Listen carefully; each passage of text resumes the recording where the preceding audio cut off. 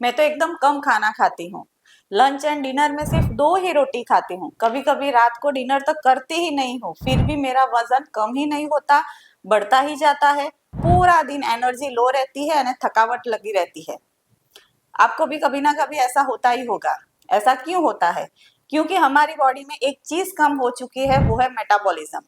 तो इस वीडियो में मेटाबॉलिज्म क्या है, मेटाबॉलिज्म काम कैसे करता है, weight loss and weight gain के साथ मेटाबॉलिज्म का क्या कनेक्शन है, यानी कौन से फूड्स हमारे रूटीन में हम इनकॉर्पोरेट करेंगे जिससे हमारा मेटाबॉलिज्म पावरफुल होगा एंड आपकी वेट लॉस की जर्नी आसान हो जाएगी।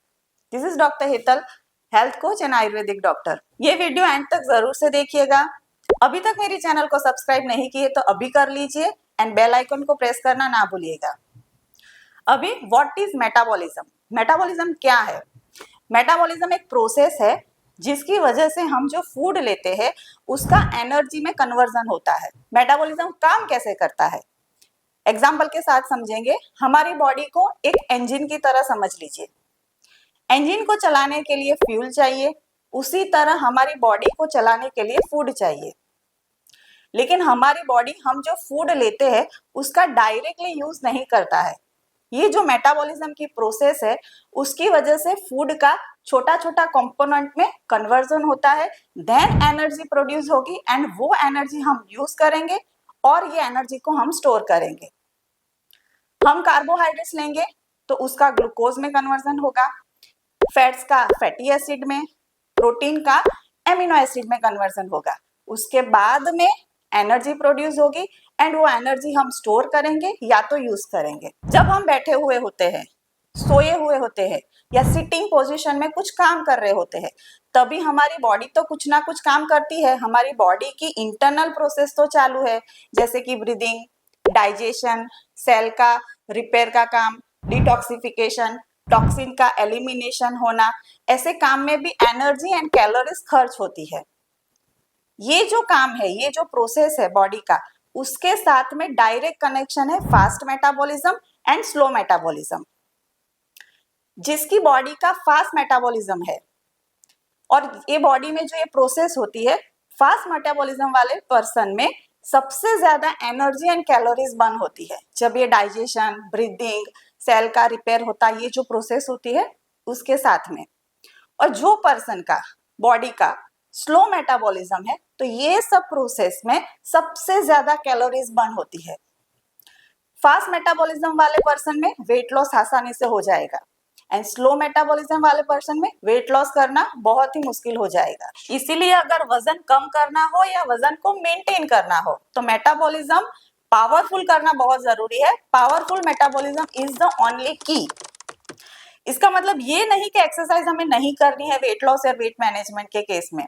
एक्सरसाइज रोल प्ले करता है लेकिन 20%, उसमें भी मसल ट्रेनिंग, वेट ट्रेनिंग और स्ट्रेंथ ट्रेनिंग। मसल मास जितना ज्यादा होगा उतना मेटाबॉलिज्म पावरफुल होगा, इतनी कैलोरीज बर्न होगी एंड वेट लॉस आपके लिए आसान हो जाएगा। एक्सरसाइज 20% रोल प्ले करेगा एंड फूड्स है जो 80% रोल प्ले करता है। फूड्स एनर्जी बर्न करने में या कैलोरीज बर्न करने में काम करता है, उसको TEF यानी कि थर्मिक इफेक्ट ऑफ फूड कहा जाता है। जिस टाइप के हम फूड खाएंगे जैसे कि प्रोटीन, फैट्स एंड कार्बोहाइड्रेट, उसको पचाने के लिए हमारी बॉडी की एनर्जी या कैलोरीज बर्न होती है। फॉर एग्जाम्पल, प्रोटीन खाएंगे तो सबसे ज्यादा कैलोरीज बर्न होती है, उसके नीचे जाएंगे तो फैट्स में थोड़ी कम कैलोरीज बर्न होगी एंड कार्बोहाइड्रेट्स में सबसे कम कैलोरीज बर्न होती है। उसे थर्मिक इफेक्ट ऑफ फूड कहा जाता है। तो कौन कौन से फूड्स हमें रूटीन में ऐड करने चाहिए जिसकी मदद से आपका मेटाबॉलिज्म पावरफुल होगा एंड वेट लॉस जर्नी आसान हो जाएगी। Number 1, protein rich food. Protein, हमने देखा प्रोटीन का highest thermic effect of food है। प्रोटीन को डाइजेस्ट करने में सबसे ज्यादा कैलोरीज एंड एनर्जी बर्न होती है। तो अपने ब्रेकफास्ट, लंच एंड डिनर में प्रोटीन रिच फूड्स और वे प्रोटीन पाउडर और प्लांट बेस्ड प्रोटीन पाउडर को जरूर से इनकॉर्पोरेट कीजिए।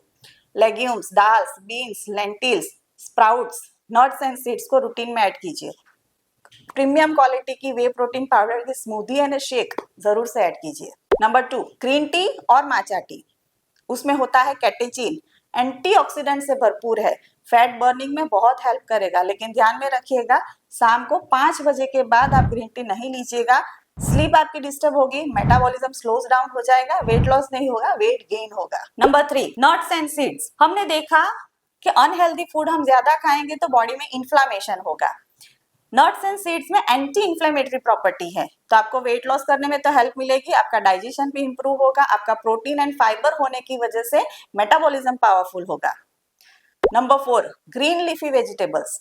ग्रीन लीफी वेजिटेबल्स में क्रूसीफेरस वेजिटेबल्स में होता है fibre, antioxidants and anti inflammatory property. Fibre की वजह से गट हेल्थ इंप्रूव होती है एंड डाइजेशन इंप्रूव होता है, ऑटोमेटिकली मेटाबॉलिज्म पावरफुल होगा, वेट लॉस जर्नी आसान हो जाएगी।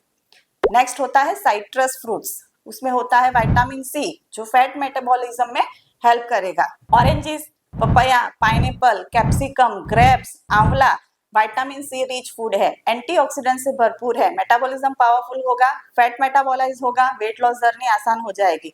रूटीन में इनकॉर्पोरेट करने की कोशिश कीजिए। नेक्स्ट होता है फर्मेंटेड फूड्स। फर्मेंटेड फूड्स में राइस एंड दाल का कॉम्बिनेशन होता है, ये कॉम्बिनेशन में एक कंप्लीट प्रोटीन बनता है। प्रोटीन होगा, सटाइटी इंक्रीज होगी, फुल फिलर करेंगे आप, क्रेविंग्स कम हो जाएगी, मेटाबॉलिज्म पावरफुल होगा एंड आपका वेट लॉस जर्नी आसान हो जाएगी। एंड फर्मेंटेशन की प्रोसेस के दरमियान गुड गट बैक्टीरिया प्रोड्यूस होता है, तो गट हेल्थ आपकी प्रमोट होगी, डाइजेशन आपका एनहेंस होगा एंड वेट लॉस जर्नी और भी आसान हो जाएगी। Next, millets.